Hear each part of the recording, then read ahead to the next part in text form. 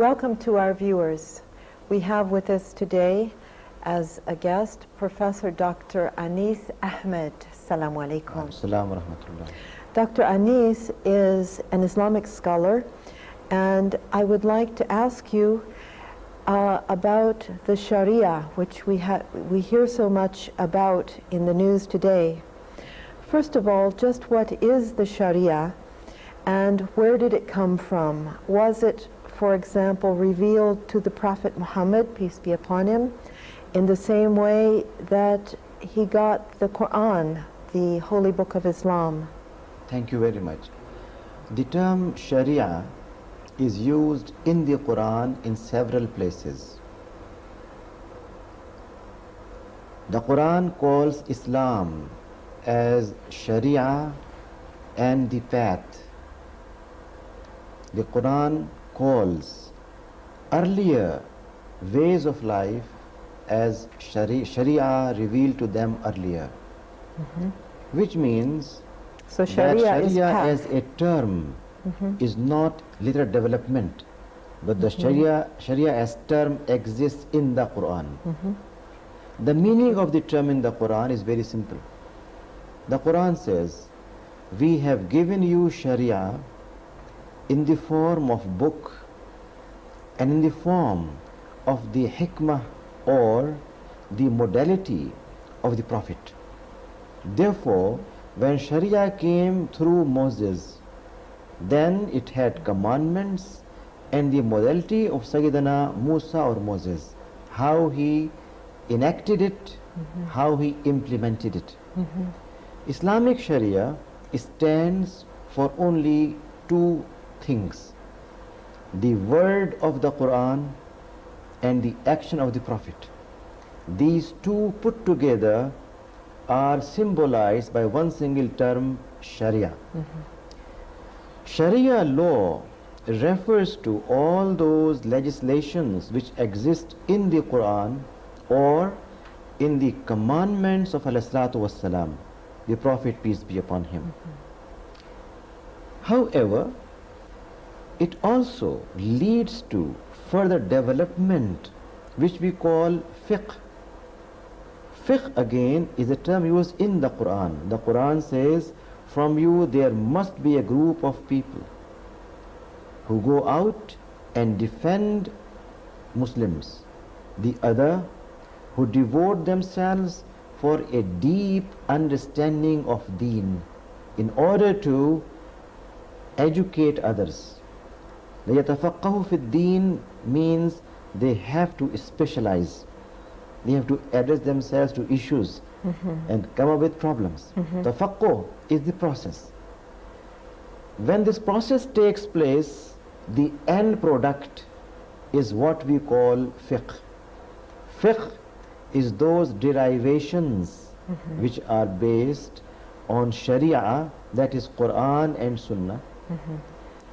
If Quran and Sunnah provide us, for example, a principle, killing one human life is killing the whole of humanity, and also give us a strict command, if someone kills someone, let the murderer face consequences.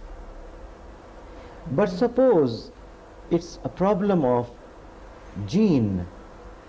The Quran did not say, if jinn is killed, then go and kill a jinn. It said nafs, individual. Should we apply same on jinn? That's where fiqh comes. Now fiqh or faqih, the scholar, shall have to do deep thinking. What does the Quran mean or Sunnah mean when they say qatl of nafs, qatl of individual is haram? Should we also apply it on the destruction of a jinn?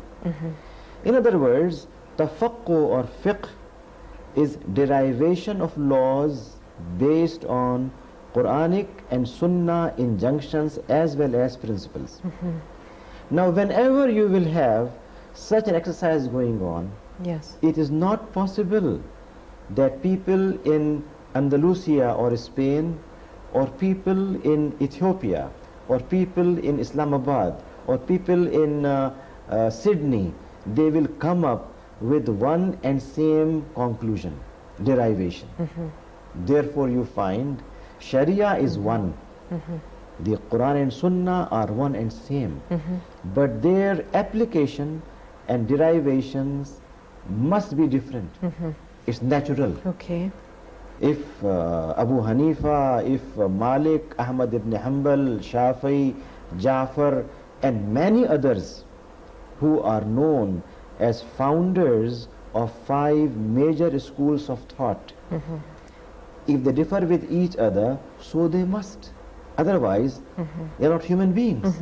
As human beings, when they are driving laws, they cannot come to one and same argument because issues are different, times are different, and their approach is different. So, existence of different schools of fiqh Yes. is something very natural, desired and expected. It's not an aberration. Yes. It's not a deviation. It's not declaring, well, we alone who think Hanbali fiqh, Maliki fiqh, Jafari fiqh is correct, others are wrong. The scholars who established these systems, they never claimed it. Those who follow them never claim it. Therefore, it provides you a variety. For a newcomer to Islam, it's a variety, open invitation. Study, find out which interpretation suits you better, go ahead and accept it. So long as it is based on the Quran and Sunnah, every school is applicable, every school is acceptable. This idea of, you are saying the various schools are in some way equal or equivalent, they are equivalent ways of applying the same basic principles. So it's not correct to say that one is better than another. They're simply different. They all are applications of Islam.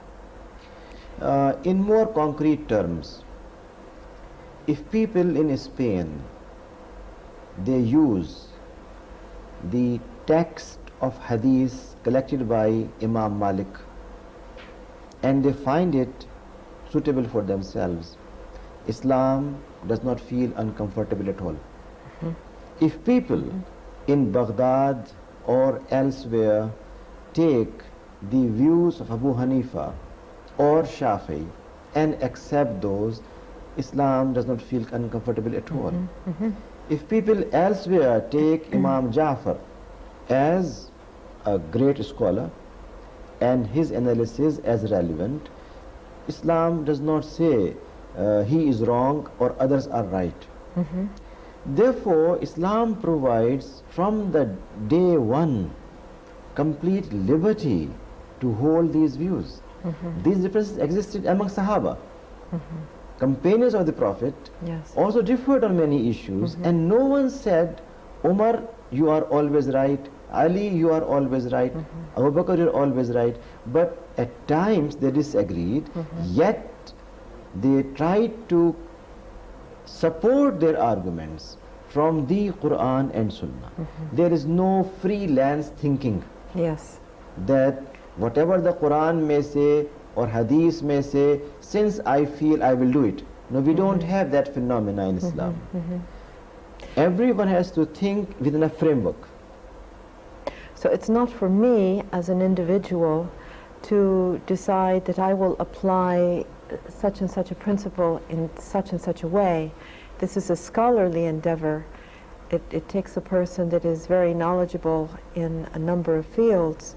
Well, Islam expects even the individual to exert that much, to at least know in order to find out which school should be followed. An individual is not free. An individual has to do all possible effort to find out what Abu Hanifa and Jafar and Malik and Shafi and others have said, and then try to find out with the help of Quran and Sunnah, which are available to everyone. If an individual finds it more convenient to follow one school of thought, Islam does not object. So individual is to be enlightened and educated, not left unaware of Islam. Yes. Thank you very much, Dr. Anis. And we say goodbye for now. Please join us again next time.